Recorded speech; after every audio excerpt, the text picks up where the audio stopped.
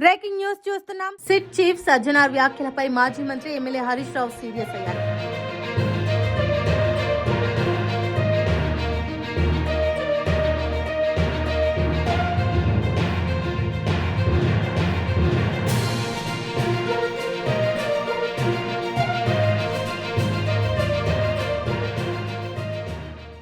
SIT chief Sajjanar వ్యాఖ్యలపై మాజీ మంత్రి ఎమ్మెల్యే హరీష్ రావు సీరియస్ అయ్యారు. ఫోన్ ట్యాపింగ్ వ్యవహారం విచారణ క్రమంలో ఉన్నప్పుడు ఇల్లీగల్ అని ఎలా అంటారు?